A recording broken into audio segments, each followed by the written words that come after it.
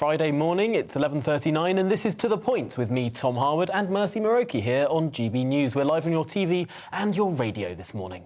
Yes, now US inflation has hit its highest level in 40 years with a 7.5% increase. So what does inflation, or US inflation, mean for us here in the UK?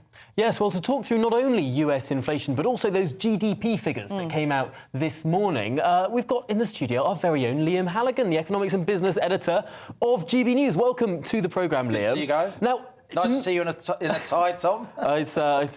Decree. But on GDP, there's a bit of something for everyone here. People who want to say that the UK economy is stagnant and slow can point to the future projection, which is pretty anemic. But people who want to say that actually the UK economy is going gangbusters can point to how growth over the last year was higher than expected.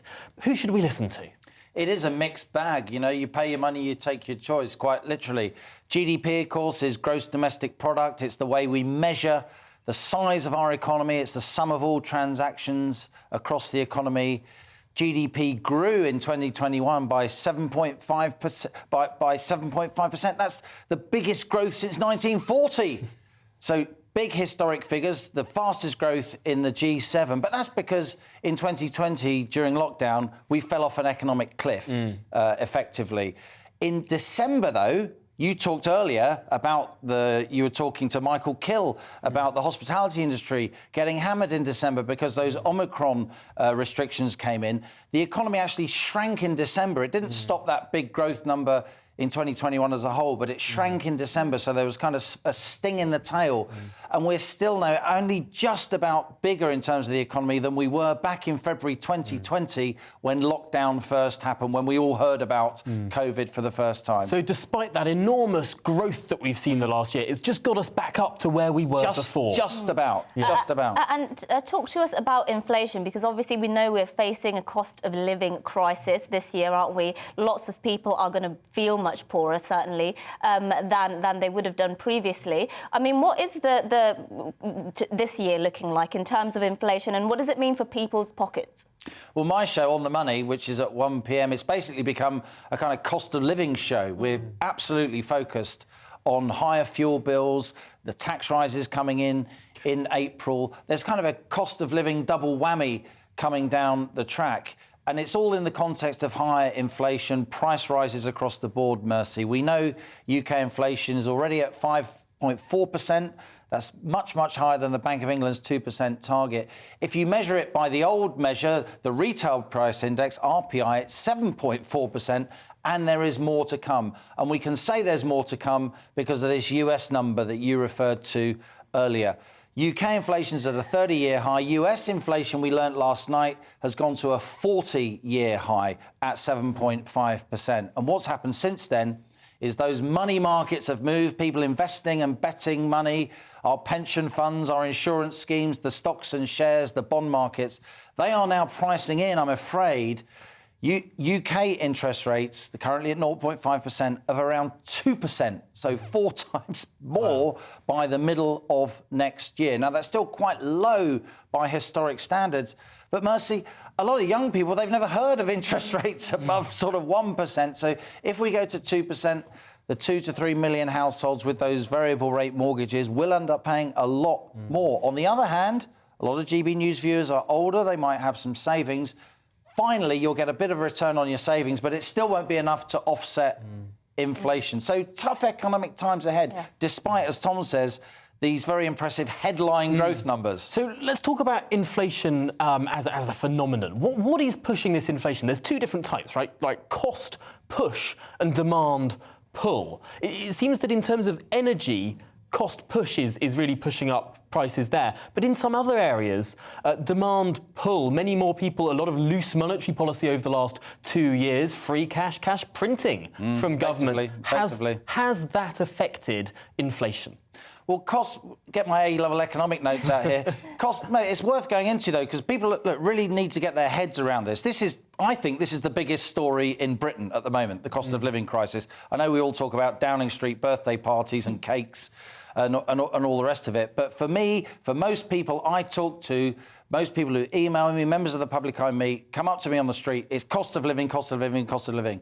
It's partly because of demand, right? The global economy has bounced back after lockdown. Everybody wants everything now, not least fuel and energy, steel, semiconductors, so the price goes up because companies can't quite get back into gear, given all those supply chain issues and logistics, shipping's in a mess. All the containers are in the wrong places to where they should be. So you've got that kind of demand push against a supply constraint that pushes prices up. As you say, Tom, you've also got the fact that central banks around the world have been effectively printing money. They haven't been printing cash like paper, but they've been increasing their balance sheets and extending those credits on behalf of governments in order to try and keep the global economy afloat. First after the 2008 financial crisis, and even more so since the COVID pandemic.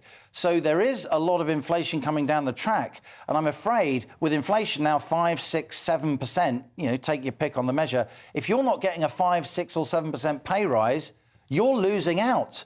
And yet your phone companies, the train companies, they're raising prices by 5, 6 and 7%. And yet the Governor of the Bank of England is saying, don't ask for a pay rise, because that will in itself then push inflation further. And I suppose there is an argument there, isn't there? That when we talk about something like Rishi Sunak's measures to help people with their energy bills, just giving people more cash, that doesn't affect the root cause of why those are rising. It's just pushing the prices up higher and higher. Surely we need to have cheaper energy in the first place, not giving people more cash to deal with higher prices that will then make the prices go up again, and then people will ask for more money, and it's a vicious cycle. Are we heading for Weimar Germany? No, we're not heading for Weimar Germany. That was triple, even quadruple digit annual inflation. And even when I was a kid, Tom, inflation was up above 20%. That's one reason why maybe I'm quite focused on inflation as one of the more experienced members of our journalistic troupe.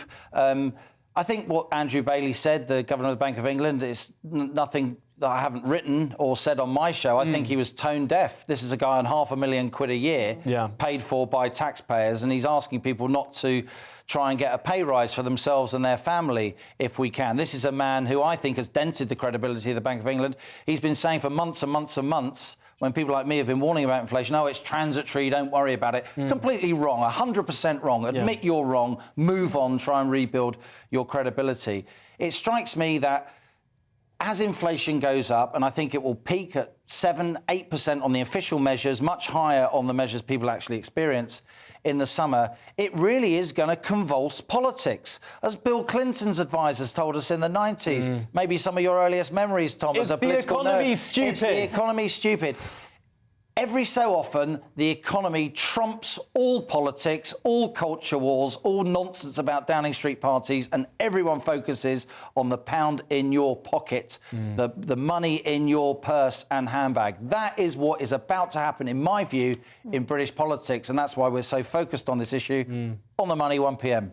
Liam, thank you so much for coming in. We'll look forward to your show this afternoon. But, I mean, gosh, what an issue. What a seismic it is issue. the biggest issue, absolutely. It's like we've got a train down the tracks and we can just see it trundling towards us. And yet the Governor of the Bank of England was saying there'd be sort of no high inflation this year. I have to say other economists were warning about this for quite some time.